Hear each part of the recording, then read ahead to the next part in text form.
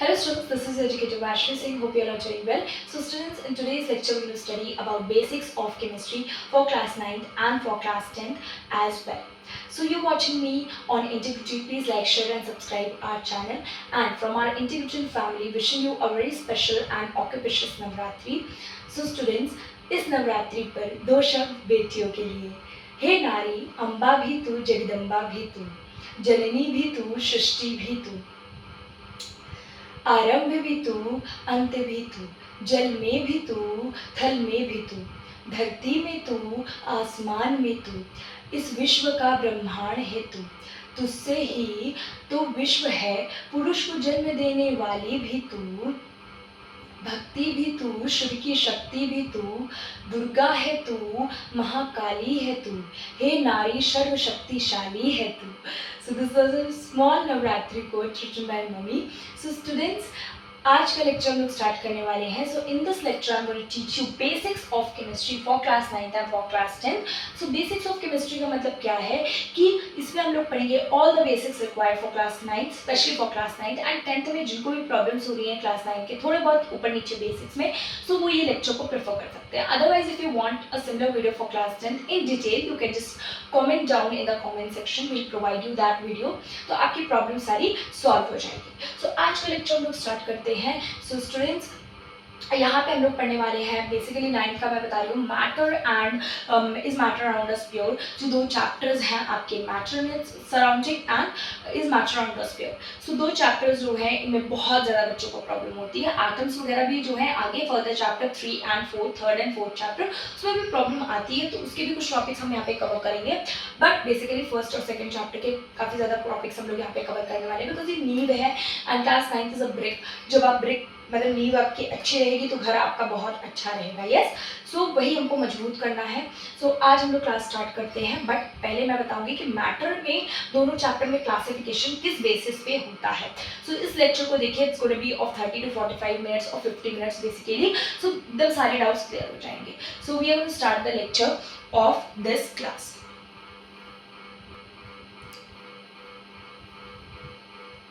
So students, we are to start the lecture.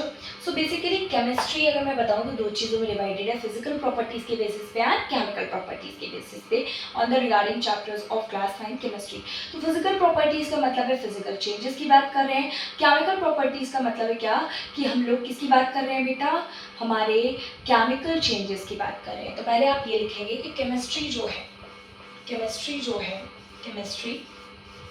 Is divided into two parts. What are the two parts? First is physical properties के basis पे हम लोग पढ़ेंगे chemistry को division, physical properties के basis पे. And second we are going to study on the basis of chemical properties, कि chemical properties के basis पे आपका chapter कैसे divided है. So physical properties का मतलब हम लोग किसकी बात कर रहे हैं बेटा, we are talking about our physical changes. तो physical changes की हम लोग बात कर रहे हैं किसमें, हमारे physical properties में. So physical प्रॉपर्टी का मतलब है कि फिजिकल चेंजेस की हम लोग नॉर्मली बात कर रहे हैं. तो किसकी बात कर रहे हैं, फिजिकल चेंजेस की बात कर रहे हैं. इन केमिकल प्रॉपर्टीज का मतलब क्या है कि हम लोग किसकी बात कर रहे हैं बेटा, केमिकल चेंजेस की बात कर रहे हैं. किसकी बात कर रहे हैं, केमिकल चेंजेस की बात कर रहे हैं. सारे केमिकल चेंजेस में हम लोग पढ़ेंगे. अब हम लोग पढ़ेंगे कि हमारी physical properties and chemical properties क्या होती हैं. You can take a screenshot here. ठीक है बेटा, यहाँ पे स्क्रीनशॉट ले लीजिए. अब मैं यहाँ पे आपको साइड में दिखाती हूँ कि हमारे केमिकल प्रॉपर्टी क्या, फिजिकल और केमिकल में चेंजेस क्या होते हैं. तो पहले हम लोग पढ़ेंगे कि फिजिकल चेंजेस होते क्या है. We are going to study this कि फिजिकल चेंजेस क्या होते हैं. So let's start. So physical changes क्या होते हैं.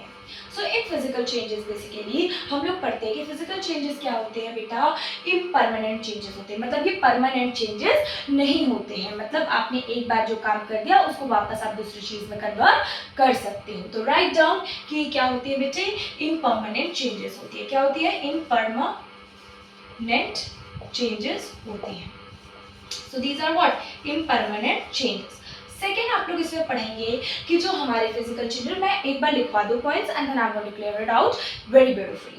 सो फिजिकल चेंजेस में दूसरी पॉइंट आप लोग ये पढ़ते हो कि फिजिकल चेंजेस जो होते हैं बेटा, इनके अंदर क्या होती है कि ये जो होते हैं रिवर्सिबल चेंजेस होते हैं। वापस आप इनको, जो नया आपने सब्सटेंस फॉर्म किया उसको वापस आप ओल्ड या प्रीवियस सब्सटेंस में कन्वर्ट कर सकते हो। अब इन सारे टर्म्स को अच्छे से पढ़ेंगे। तो ये क्या होती है, रिवर्सिबल चेंजेस होती है। क्या होती है बेटा, रिवर्सिबल चेंजेस होते हैं। Now the third point is कि इसमें कोई न्यू सब्सटेंस फॉर्म नहीं होता है। No new substance is form, यहाँ पे कोई भी न्यू सब्सटेंस फॉर्म नहीं होता है। You can write down no new substance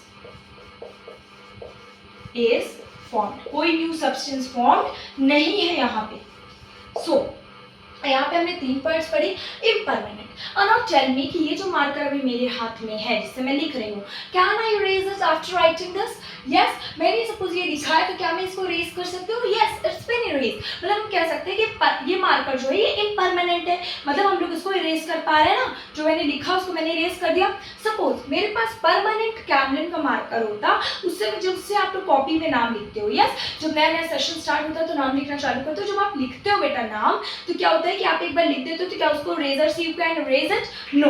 तो परमानेंट चेंजेस क्या है, जिसको आप वापस चीजों में कन्वर्ट नहीं कर सकते। अब जो हम लोग के इम्परमानेंट चेंजेस क्या है कि जिनको आप लोग ने एक काम कर दिया उसको इरेज करके आप लोग वापस जो है जो पुराना था उसमें आप कन्वर्ट कर सकते हो। सपोज बोर्ड मेरा एकदम साफ था, मैंने लिख दिया, लिखने के बाद मैंने इरेज कर दिया, तो इसका मतलब है कि मेरा मार्कर इम्परमानेंट है? यस, परमानेंट मार्कर नहीं है, क्योंकि मैंने जो चीजें लिखी हैं वो क्या है, अलग है। सो 3 पॉइंट्स याद रखने हैं कि इम्परमानेंट होते हैं, रिवर्सिबल होते हैं। नाउ रिवर्सिबल का मतलब क्या होता है बेटा, रिवर्सिबल का मतलब ये होता है कि जो सब्सटेंस फॉर्म हुआ है, जो नया सब्सटेंस फॉर्म हुआ है, उसको वापस आप लोग ओल्ड या प्रीवियस सब्सटेंस में कन्वर्ट कर सकते हैं। We can convert it. समझ में आ? जैसे कि सपोज मैंने पानी लिया, पानी को मैंने बर्फ जमा दी, ठीक है, फ्रिज में। मैंने उसी पानी को लो टेम्परेचर करके फ्रिज में जो है बर्फ जमा दी। जो मैंने फ्रिज में बर्फ जमाई तो क्या हुआ कि बर्फ तो जम गई। अब क्या वो आइस क्यूब को मैं बाहर निकालूंगी तो क्या वो वापस पानी में कन्वर्ट होगा? Yes, it can be converted into water. It is simple. So आप ये एक्सपेरिमेंट करके भी देख सकते हो। इसमें एग्जांपल हम लोग किसका दे सकते हैं, आइस का दे सकते हैं बेटा। We can give an example of ice. Yes, we can give an example of what? Ice. So यहाँ पे ये क्या है बेटा, impermanent changes होते हैं, मतलब ये permanent नहीं होते। जो काम एक बार हो गया उसको वापस आप लोग मिटा करके पुरानी चीज में कन्वर्ट कर सकते हो। Reversible changes, reversible substance changes का मतलब क्या होता है कि 10 सब्सटेंस यहीं पे लिखवा दे रही हूँ मैं, चाहूँ तो मैं अलग से भी लिखवा सकती हूँ, बट मुझे टाइम यूटिलाइज करना है आपका। तो यहाँ पे क्या होता है बेटा, द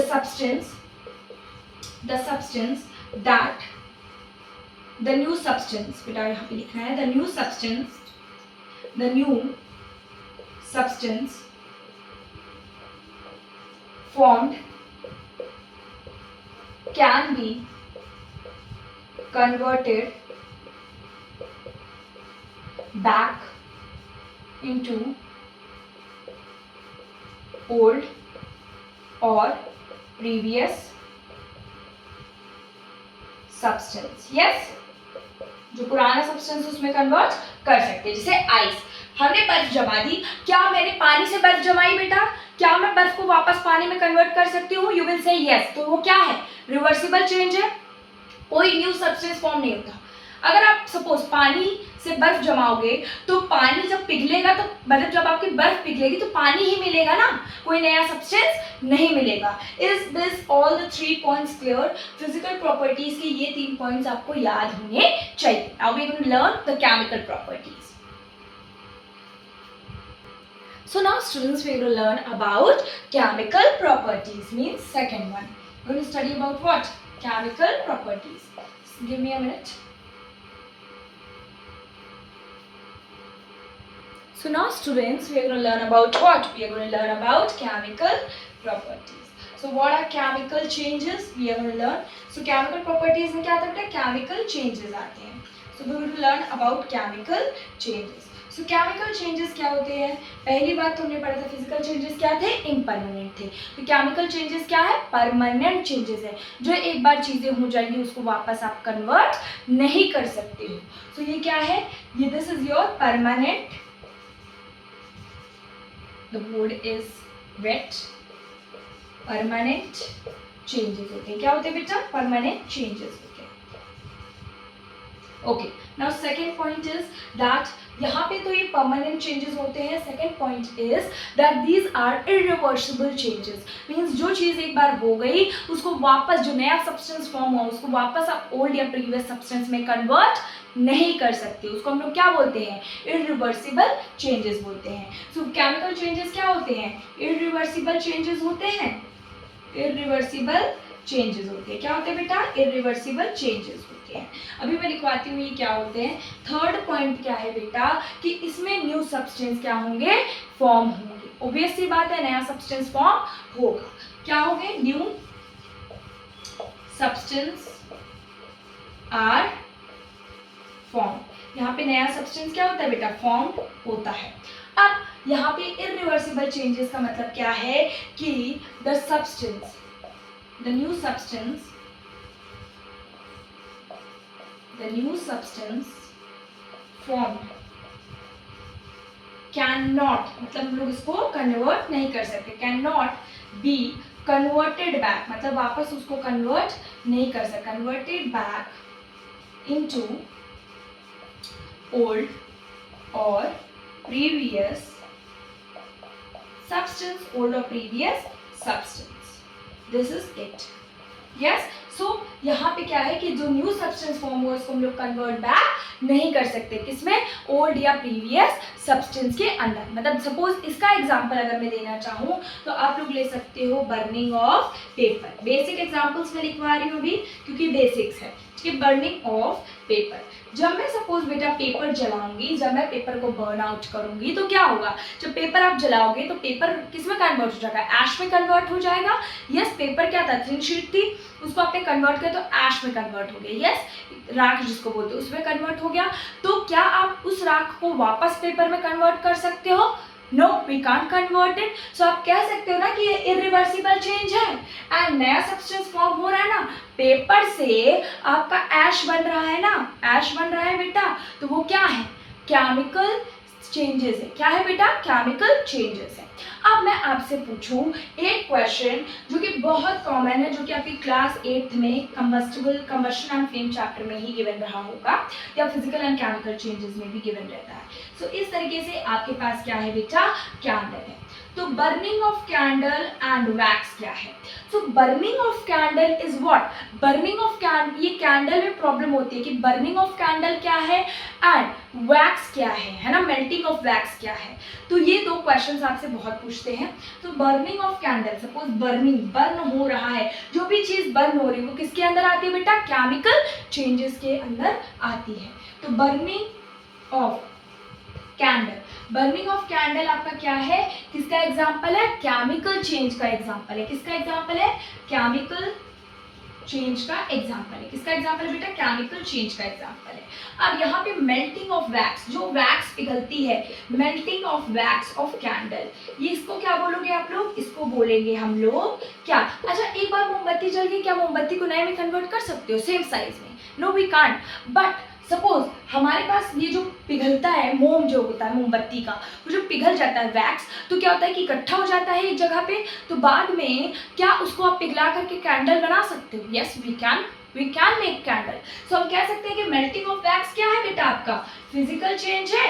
रिवर्सिबल होते हैं changes, physical changes. Chemical changes क्या होते हैं? इरिवर्सिबल होते हैं। नया सब्सटेंस फॉर्म होता है। यस, यहाँ से कुछ ना कुछ हीट, कुछ ना कुछ चीजें निकल रही हैं। यस, कार्बन निकल रहा है। यस, आपने इतना भी पढ़ा होगा कि ऑक्सीजन के प्रेजेंस में आग लगती है। ये सारी चीजें आपने पढ़ी होंगी। फिजिकल क्या है?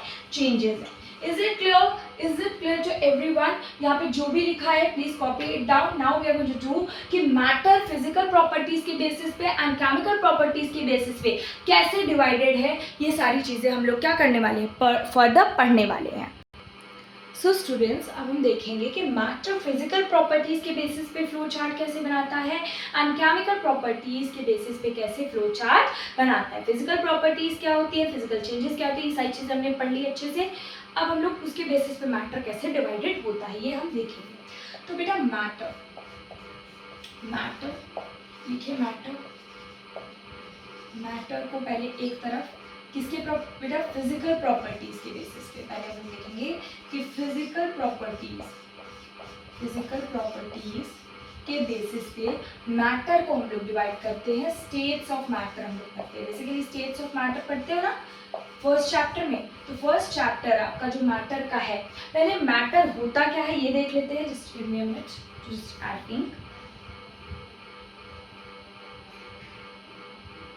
सो स्टूडेंट्स, आई होप आपके सारे डाउट्स भी क्लियर हो रहे हैं। If you are having any doubt please just let me know in the comment section, so वो मैं क्लियर करते जाऊंगी। सो स्टूडेंट्स, यहाँ पे फिजिकल मैटर का मतलब क्या है, एनीथिंग, जो भी ऐसी चीज जो भी स्पेस ऑक्यूपाई कर रही है उसको हम लोग क्या बोलेंगे बेटा, मैटर बोलेंगे। Anything that occupy space, anything that occupies space and has मास। ये फर्स्ट चैप्टर का क्लासिफिकेशन हम लोग देख रहे हैं, physical properties.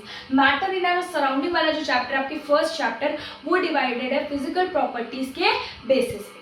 So anything that occupies space and has mass is known as matter. Yes, anything, जो भी हमारे रूम में भी चीजें वो क्या है, मैटर है। वो हम क्लासिफाई करेंगे चैप्टर जब हम लोग अच्छे से पढ़ेंगे तब। तो मैटर को, फर्स्ट चैप्टर ऑफ मैटर को फिजिकल प्रॉपर्टीज के बेसिस पे स्टेट्स ऑफ मैटर में तोड़ा गया है। Yes, solid, liquid and gas, ये तीन चीजें आप लोग क्या पढ़ते हो, solid, liquid and gas. Basically ये तीन चीजें ही इंपॉर्टेंट है, और भी चीजें होती है और, बट वो हम चीजें पढ़ते नहीं है, इंपॉर्टेंट कभी नहीं है। तो जितना इंपॉर्टेंट है उतना ही पढ़िए। तो मैटर को on the basis of physical properties हम लोग तोड़ते हैं तीन पार्ट्स में। क्या क्या है, सॉलिड, लिक्विड एंड गैसेस में। फिजिकल प्रॉपर्टीज के बेसिस में मैटर क्या है, anything that occupy space and has some mass is known as your matter. States of matter में हम लोग इसको तोड़ते हैं। ये फर्स्ट चैप्टर की क्लासिफिकेशन हो गई। अब मैटर के सेकेंड चैप्टर की क्लासिफिकेशन हम लोग यहाँ पे साइड में बना ही लेती हूँ, मैं दिखाई दे रही हूँ ताकि हम लोग का टाइम ज़्यादा वेस्ट ना हो।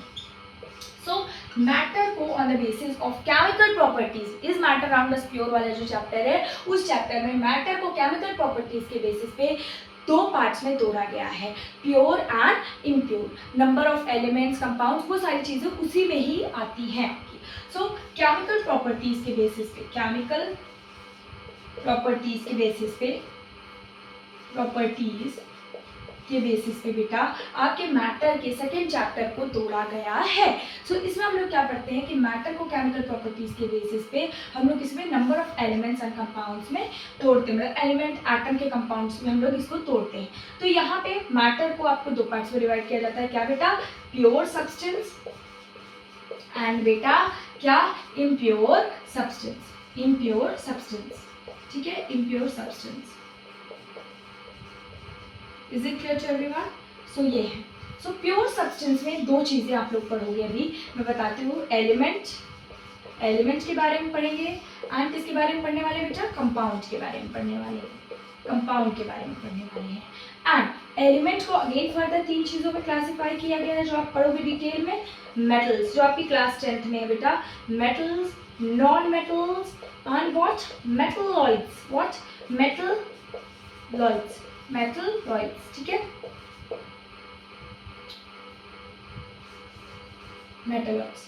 सो ये तीन चीजें हम लोग क्या करने वाले हैं, पढ़ने वाले हैं, metals, non metals and metalloids.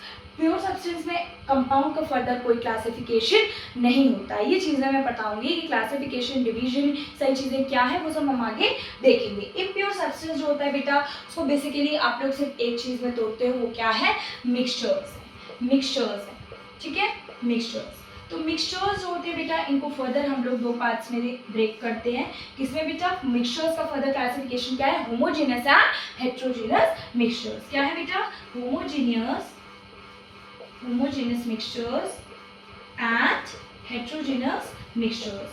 heterogeneous mixtures, homogeneous क्या है, heterogeneous क्या है, वो अभी हम आगे देख ले रहे हैं, ठीक है। Is this clear to everyone? So matter के फर्स्ट चैप्टर को on the basis of physical properties, states of matter में तीन पार्ट्स में डिवाइड किया गया है, सॉलिड, लिक्विड एंड गैस में।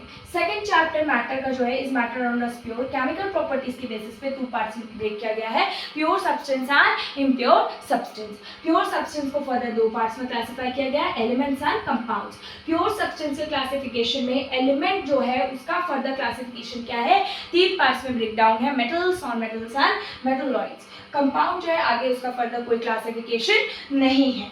मिक्सचर्स होते हैं 2 पार्ट्स में ब्रेक करते हैं, homogeneous mixtures and heterogeneous mixtures. अब सॉल्यूशन क्या है, होमोजेनस मिक्सचर क्या है, हेटेरोजेनस मिक्सचर क्या है, एटम्स क्या है, ये देख करके एलिमेंट, कंपाउंड, मॉलिक्यूल क्या है, ये हम अच्छे से समझेंगे। उसके बाद जो है हम लोग का लेक्चर हम लोग क्या करेंगे, आपको मैं बस एक एटम का स्ट्रक्चर दूंगी, पहले एटम होते क्या है, फिर मैं एटम, एलिमेंट, मॉलिक्यूल में डिफरेंस बताऊंगी, सोल्यूशन बताऊंगी, उसके बाद आपका लेक्चर यहाँ पे खत्म हो जाएगा। So first let me erase this. So students now we will learn कि एटम्स होते क्या है। सो बेसिकली एटम से ही मिल करके क्या बना हुआ होता है, आपका जो है मैटर मिल करके बना, छोटे छोटे एटम से क्या मिलता है, बन करके मैटर बनता है। जैसे हमारी बॉडी में सेल्स से मिल करके हमारी बॉडी बनती है, वैसे एटम्स जो होते हैं वो छोटे छोटे जब हमारे पार्टिकल्स कंबाइन करते हैं तब हमारा क्या बनता है बेटा, एटम बनता है। स्मॉलेस्ट यूनिट ऑफ मैटर अगर मैं पूछूं क्या है तो आप बोलेंगे क्या, मैटर है, smallest unit of matter. So atom हम लोग पढ़ेंगे, एटम क्या है। सो एटम बेटा क्या होता है हम लोग का, स्मॉलेस्ट यूनिट ऑफ मैटर, हम लोग क्या बोलते हैं बेटा, एटम बोलते हैं। एटम को हम लोग बोल सकते हो कि स्मॉलेस्ट पार्टिकल ऑन अर्थ, क्या बोल सकते हो बेटा, smallest particle on earth, smallest particle on earth हम लोग किसको बोल सकते हैं, एटम को बोल सकते हैं। अब एटम जो होता है बेटा वो फर्दर क्लासिफाइड होता है 3 पार्ट्स में बेटा। तो हम लोग वैसे बहुत सारे पार्ट्स होते हैं बट जो मेन होते हैं 3 सब एटॉमिक पार्टिकल, मतलब एटम के अंदर 3 चीज़ें आती हैं, इलेक्ट्रॉन, प्रोटॉन और न्यूट्रॉन, जो कि आपको पता होनी चाहिए। तो एटम के सब एटॉमिक पार्टिकल्स के बारे में हम लोग देखेंगे कि एटम के जो सब एटॉमिक पार्टिकल्स हैं उनमें क्या क्या चीज़ें आती है बेटा, उनमें आती हैं हम लोग की 3 चीज़ें, समझ में आया, 3 चीज़ें आती हैं। क्या क्या आती है बेटा, इलेक्ट्रॉन मैंने पहले लिख दिया, प्रोटॉन, ठीक है, proton and neutron, these notes are enough, ठीक है, न्यूट्रॉन, दिस इज इट, ठीक है। अब यहाँ पे हम लोग पढ़ेंगे कि इलेक्ट्रॉन, प्रोटॉन, न्यूट्रॉन क्या होता है। एटम का बोर्स मॉडल हम लोग देखेंगे, तो यहाँ पे हम लोग का प्रोटॉन प्लस न्यूट्रॉन अंदर रहता है न्यूक्लियस के अंदर। फिर यहाँ पे हमारे पास 4 ऑर्बिट्स होते हैं, K, L, M, N, जिसमें हम लोग की इलेक्ट्रॉन क्या करता है बेटा, फ्लोट करता है। सो यहाँ पे 4 ऑर्बिट्स होती है हम लोग की, जिसमें हम लोग पढ़ते हैं 1, 2, 3, 4। सो ये फर्स्ट वाली क्या है, K, सेकेंड वाली क्या है बेटा, L, थर्ड वाली M और फोर्थ वाली N। सो यहाँ पे नंबर ऑफ शेल इसकी क्या होती है, 0, 1, इसकी 0, 2, इसकी 0, 3 एंड इसकी 0, 4 होती है।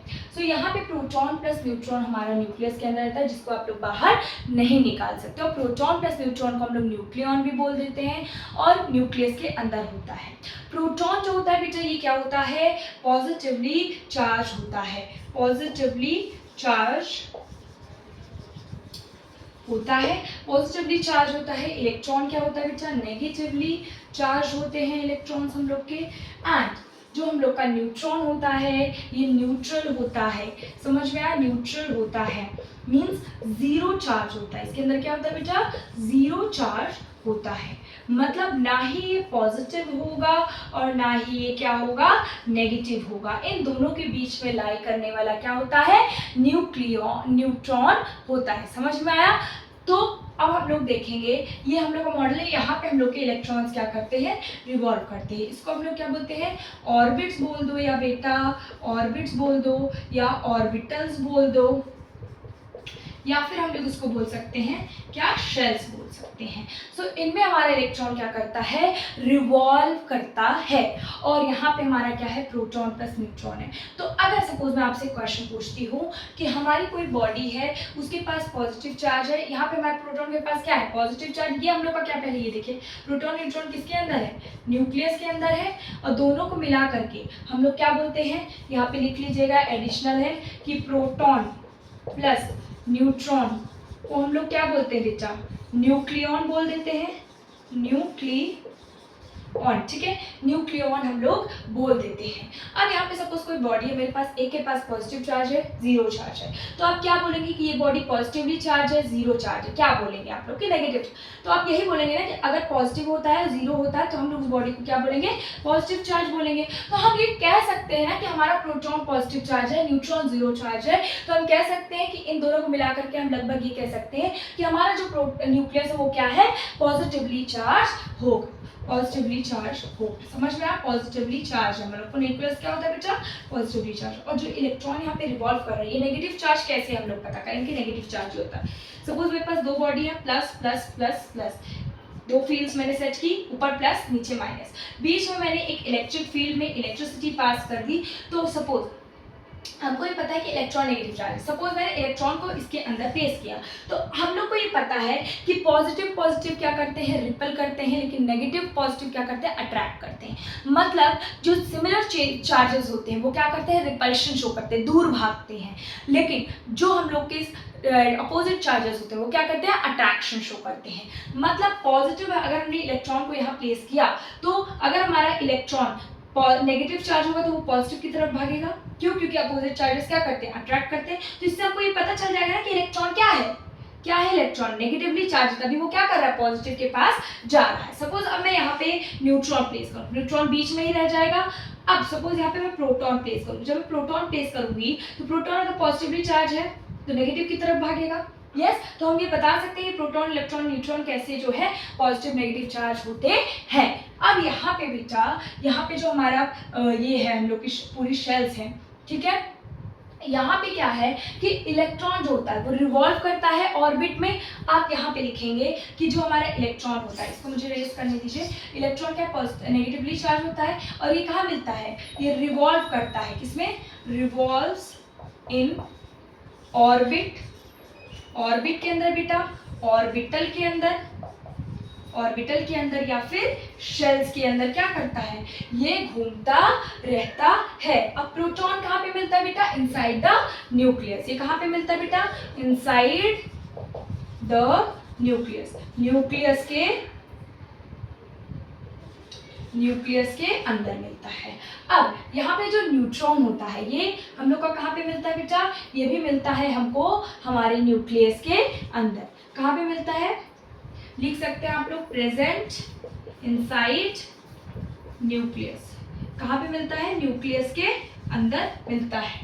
अब यहाँ पे क्लियर हो गई होंगी आपको सारी चीजें कि इलेक्ट्रॉन, प्रोटॉन और न्यूट्रॉन क्या होता है। अब इलेक्ट्रॉन रिवॉल्व क्यों करता है हमारे ऑर्बिट में, प्रोटॉन न्यूट्रॉन बेटा इतनी ज्यादा मतलब जो होती है एनर्जी होती है हमारे न्यूक्लियस के अंदर कि आप लोग इलेक्ट्रॉन, प्रोटॉन और न्यूट्रॉन को निकाल ही नहीं सकते। क्यों, क्योंकि उतनी एनर्जी हम लोग के पास, हम लोग उसको इवॉल्व नहीं कर सकते उतनी एनर्जी को कि हम प्रोटॉन और न्यूट्रॉन को बाहर निकाल सके। तो अगर आपको शेयरिंग करनी होगी या किसी से कुछ लेना होगा तो आप लोग इलेक्ट्रॉन के थ्रू ही करोगे, इसीलिए इलेक्ट्रॉन रिवॉल्व करता है। इलेक्ट्रॉन क्यों रिवॉल्व करता है, क्योंकि इलेक्ट्रॉन के पास नेगेटिव चार्ज होता है, न्यूक्लियस हमारा पॉजिटिव चार्ज होता है। क्यों, क्योंकि प्रोटॉन पॉजिटिव है और जो न्यूट्रॉन जीरो चार्ज होता है उसके पास, तो दोनों को मिला करके हम लोग कह सकते हैं कि न्यूक्लियस हमारा पॉजिटिवली चार्ज है। तो न्यूक्लियस का पॉजिटिव चार्ज इलेक्ट्रॉन का नेगेटिव चार्ज क्या करेगा, अट्रैक्शन शो करेगा, और यही जो फोर्स ऑफ अट्रैक्शन, ये इलेक्ट्रोस्टैटिक फोर्स ऑफ अट्रैक्शन है, इसी वजह से इलेक्ट्रॉन क्या करता है, रिवॉल्व करता है, किसमें, ऑर्बिट के अंदर। So this is it only for atoms. अब हम पढ़ेंगे कि सोल्यूशन क्या है, छोटा सा रहेगा सोल्यूशन, उसके बाद फिर हम लोग पढ़ेंगे कि एटम जो है, एटम, मॉलिक्यूल, एलिमेंट और कंपाउंड में डिफरेंस क्या है, बस सिंपल। अब इसको रेस कर देती हूँ मैं। अब यहाँ पे हमारा सोल्यूशन होता क्या है, तो सोल्यूशन आप लोग पढ़ोगे, सोल्यूशन क्या होता है, सोल्यूशन एक होमोजेनस मिक्सचर होता है जो कि मिक्स होता है क्या, through out the solution.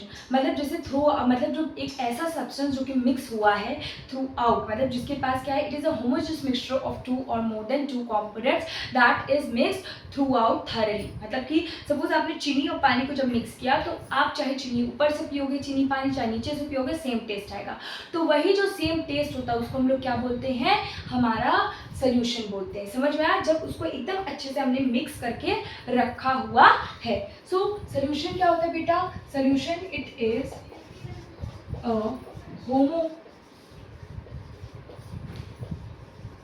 genus mixture of two or more than two components, दो या दो से ज़्यादा कंपोनेंट्स जो कि थरली मिक्स्ड है उसको हम लोग क्या बोलते हैं बेटा, सोल्यूशन बोलते हैं। सोल्यूशन के दो कंपोनेंट्स होते हैं, हमेशा याद रखिएगा कि अगर सपोज पहले तो सोल्यूशन के दो कंपोनेंट्स होते हैं, मतलब कंपोनेंट्स ऑफ सोल्यूशन मतलब किनसे मिल करके बना हुआ है आपका सोल्यूशन, तो कंपोनेंट्स ऑफ सोल्यूशन हम लोग के क्या होते हैं बेटा, दो होते हैं। क्या होते हैं, सॉल्यूट प्लस सॉल्वेंट। क्या होता है, सॉल्यूट प्लस सॉल्वेंट। दो चीज़ें होती हैं, एक सॉल्यूट होता है और एक सॉल्वेंट होता है। सॉल्यूट क्या होता है, जो लेस अमाउंट में मिलता है उसको हम लोग क्या बोलते हैं, सॉल्यूट बोलते हैं। It is present in what, it is present in less amount, present in less amount. इसके आगे आप जब मैं चैप्टर पढ़ाऊंगी क्लास 9 का सेकंड चैप्टर, तो उसमें और डिटेल में पढ़ेंगे इन लेस अमाउंट। इसका लेक्चर आपका जल्दी ही जाएगा, कल या परसों में ही, तो वो मैं अपलोड करूंगी।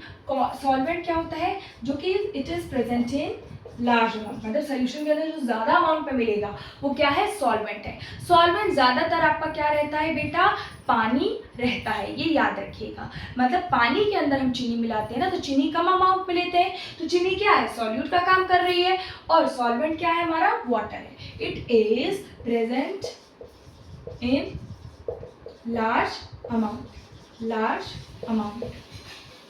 अब हमारा जो सोल्यूशन होता है उसमें देखो टाइप्स हम लोग अब पढ़ेंगे। सोल्यूशन में बेसिकली हम लोग काफ़ी सारे टाइप्स पढ़ते हैं, तो पहले हम लोग दो पढ़ेंगे। सोल्यूशन आपका बेसिकली दो पार्ट्स में डिवाइडेड होता है, एक होमोजेनस मिक्सचर्स होते हैं और एक हेट्रोजीनस मिक्सचर्स होते हैं। तो होमोजेनियस मिक्सचर्स क्या होते हैं हम लोग के, and homogeneous mixtures and heterogeneous mixtures, ठीक है। दो मिक्सचर्स होते हैं हम लोग के पास, होमोजेनस एंड हेटेरोजेनस मिक्सचर्स। होमो मतलब याद रखिएगा सेम, ये हम एक्टिविटी के थ्रू देखेंगे। जिनस का मतलब क्या होता है, फेज, ठीक है। जब सेम फेज होगा, जब हमने सपोज चीनी पानी बनाया है, तो अगर हम चीनी पानी बनाएंगे तो वो अच्छे से पूरा घुल गया है, मतलब प्रॉपर मिक्स हो गया। चाहे आप ऊपर से पियोगे, नीचे से पियोगे, चाहे जहाँ से पियोगे, चाहे आप लोग नींबू पानी जो बनाते हो तो ऊपर से पीते हो सेम टेस्ट आता है, नीचे से पीते हो तो सेम टेस्ट आता है, मतलब सेम रहता है। ऑल ओवर सोल्यूशन एकदम ट्रांसपेरेंट दिखता है। बट हेट्रोजीनियस का मतलब क्या है कि जैसे आपने नमक, जैसे आपने सपोज क्या मिक्स कर दिया बेटा, आपने सैंड को पानी में मिक्स कर दिया, सैंड नीचे चली जाएगी, पानी ऊपर आ जाएगा, तो जो सैंड नीचे गई है वो क्या है आपकी, वो है आपकी डिफरेंट फेजेस में मिल रही है। अलग अलग दिखेगा ना आपको, तेल को आपने पानी में डाला, ऑयल इन वाटर, तो ऑयल फ्लोट करेगा पानी के ऊपर, तो क्या है, ऑयल का डेंसिटी या मास कम है, इसीलिए वो फ्लोट कर रहा है, मतलब डिफरेंट फेजेस आपको दिख रहे हैं। तो होमोजेनस का मतलब क्या होता है, इसके एग्जांपल्स अगर मैं लिखवाऊं, just give me a minute. Now homogeneous mixtures क्या होते हैं बेटा, होमोजेनस मिक्सचर्स के एग्जांपल्स मैं लिखवाऊंगी, मैंने इंक डाला है अभी। एग्जांपल्स क्या है, मार्कर प्रॉपर एग्जांपल्स आप लोग इसके ले सकते हो कि शुगर प्लस वाटर आपने कर लिया होमोजेनस है। इसको डिटेल में हम लोग और पढ़ेंगे, बस मैं ओवरव्यू दे रही हूँ आपको बेसिकली कि हम लोग क्या क्या चीज़ें पढ़ने वाले हैं। सॉल्ट प्लस वाटर, ये दो चीज़ें हम लोग क्या करने वाले हैं, पढ़ने वाले हैं। तो sugar plus water and salt plus water. तो वाटर यहाँ पे क्या काम कर रहा है बेटा, वाटर ज़्यादा अमाउंट में होगा तो ये क्या काम कर रहा है, सॉल्वेंट। शुगर क्या है बेटा, हमारा सॉल्यूट है। ये क्या है, सॉल्ट हमारा सॉल्यूट है, वाटर हमारा क्या है, सॉल्वेंट है। अब क्या किसमें मीडियम होता है, वो सारी चीज़ें हम लोग किसमें पढ़ते हैं और डिटेल में बाद में पढ़ेंगे। हेट्रो मतलब क्या होता है बेटा, हेट्रो मतलब डिफरेंट होता है, और जीनस मतलब क्या होता है बेटा, फेज होता है। क्या होता है, डिफरेंट फेज का मतलब क्या है कि जैसे हम लोग ने क्या मिक्स किया, इसके एग्जांपल्स आप लोग ले लेंगे। तो इसके एग्जांपल्स हम लोग के दो हो जाते हैं, एक हो जाता है बेटा ऑयल प्लस वाटर, आप लोग ले लीजिए एक एग्जांपल, और दूसरा आप लोग ले सकते हैं सैंड प्लस वाटर, कि सैंड प्लस वाटर क्या है। अब इसके बाद पार्ट 2 आपका आएगा बेसिक्स ऑफ केमिस्ट्री का, that is going to be electronic configuration में एटम्स मॉलिक्यूल्स में डिफरेंस क्या है, वो सारी चीज़ें उसमें आएंगी। सो हेटेरोजेनस मिक्सचर्स का एग्जांपल ये हो गया oil plus water and sand plus water. अब हमारा जो सोल्यूशन होता है उसको हम लोग बेसिकली 3 चीज़ों में डिवाइड करते हैं क्वांटिटी के बेसिस पे। क्या क्या बेटा, बाइनरी सॉल्यूशंस होते हैं हम लोग के पास, और बाइनरी टर्नरी सॉल्यूशंस होते हैं, टर्नरी या टर्शरी सॉल्यूशंस आप लोग ले सकते हो, टर्नरी सॉल्यूशंस होते हैं। एंड हम लोग का लास्ट क्या होता है, क्वाटरनरी सॉल्यूशंस। क्या होते हैं, क्वाटरनरी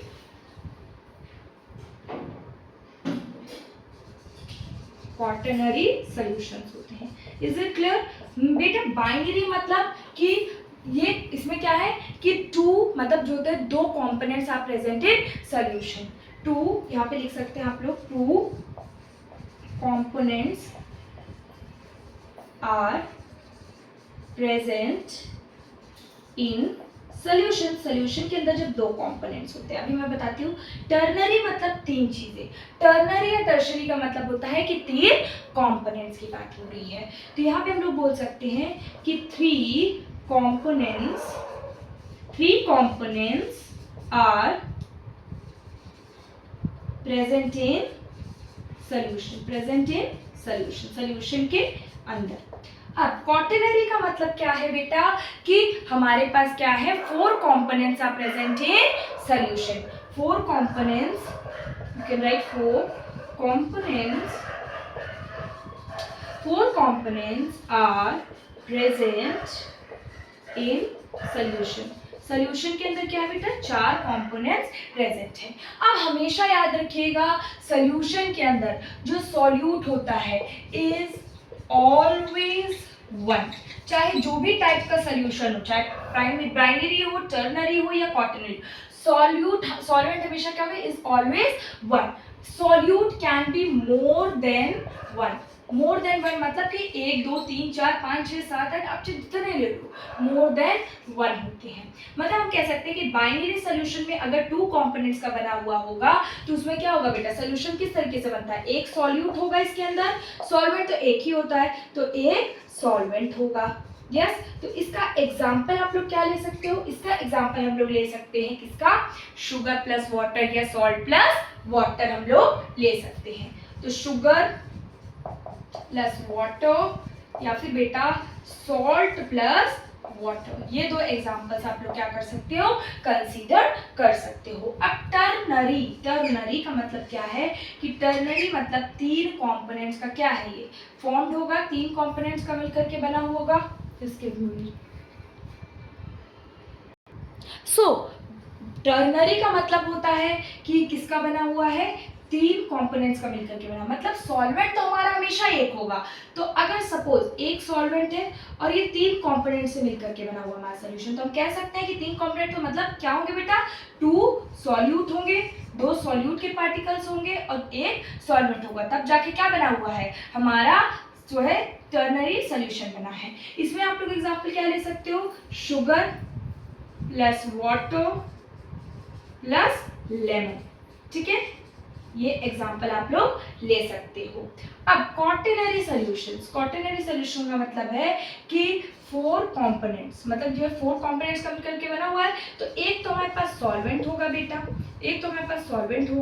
तो सॉल्वेंट तो एक होगा। तो क्वाटरनरी में अगर एक सॉल्वेंट है तो चार कंपोनेंट्स का मिलकर के बना हुआ है, तो कितने सॉल्यूट होंगे, तीन सॉल्यूट होंगे बेटा, तीन सॉल्यूट होंगे और एक सॉल्वेंट होगा। मतलब हम लोग ये कह सकते हैं, इसके एग्जांपल अगर आप देना चाहो, शुगर प्लस सॉल्ट, नींबू पानी बना देंगे, salt plus water plus lemon, नींबू पानी हमने बना दिया।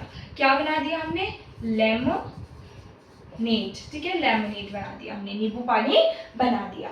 हमेशा याद रखिएगा बेटा, जो हमारा सॉल्यूशन होता है वो किस चीज से मिलकर के बना हुआ होता है, सॉल्यूट प्लस सॉल्वेंट। अगर सॉल्यूट नहीं होगा तो सॉल्यूशन नहीं बनेगा, सॉल्वेंट नहीं होगा तभी भी हमारा सॉल्यूशन नहीं बनेगा। मतलब सॉल्यूट और सॉल्वेंट होने जरूरी है। तो सॉल्यूशन मैंने क्या पढ़ा, एक बार मैं रिवाइज करवा दे रही हूँ। तो सॉल्यूशन क्या होता है, it is an homogeneous mixture of two और मोर देन टू कंपोनेंट्स को थारली हमने क्या किया हुआ है, मिक्स किया हुआ है। कंपोनेंट्स ऑफ सॉल्यूशन क्या होते हैं, मतलब सॉल्यूशन किन से मिल करके बना हुआ है, सॉल्यूट प्लस सॉल्वेंट। सॉल्यूट जो होता है वो कम क्वांटिटी में मिलता है, सॉल्वेंट जो होता है वो ज्यादा क्वांटिटी में मिलता है। सॉल्यूट में आप एग्जांपल ले सकते हो, शुगर, सॉल्ट, लेमन के सारे एग्जांपल ले सकते हो। सॉल्वेंट में किसका एग्जांपल ले सकते हो बेटा, वाटर का एग्जांपल लो।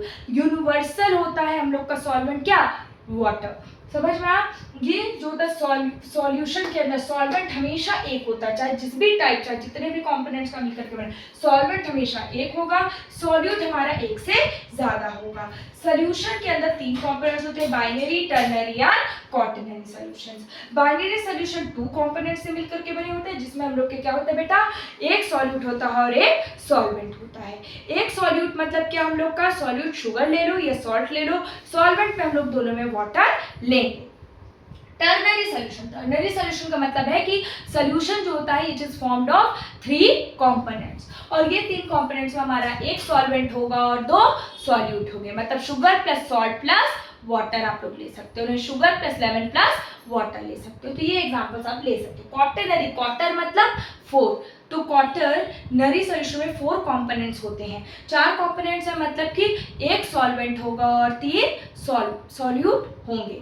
मतलब जैसे शुगर लेमनेट हम लोग बना देंगे, नींबू पानी में हम लोग क्या डालते हैं, चीनी डालते हैं, नमक डालते हैं, पानी डालते हैं और नींबू डालते हैं, यस। तो ये सारी चीजें डालते हैं, तो हम लोग का 3 सॉल्यूट हो गया और एक सॉल्वेंट हो गया। सॉल्वेंट क्या था यहाँ पे, वाटर था। अब हमारा सोल्यूशन जो होता है वो 2 पार्ट्स में हम लोग डिवाइड करते हैं, होमोजेनियस एंड हेटेरोजेनियस। होमोजेनियस का मतलब होता है सेम फेज, यूनिफॉर्म कॉम्पोजिशन होता है। ये सारी चीजें हम आगे पढ़ेंगे, अभी सिर्फ हमने थोड़ा सा गो थ्रू किया है। हेटेरोजेनियस मिक्सचर्स में डिफरेंट फेजेस होते हैं।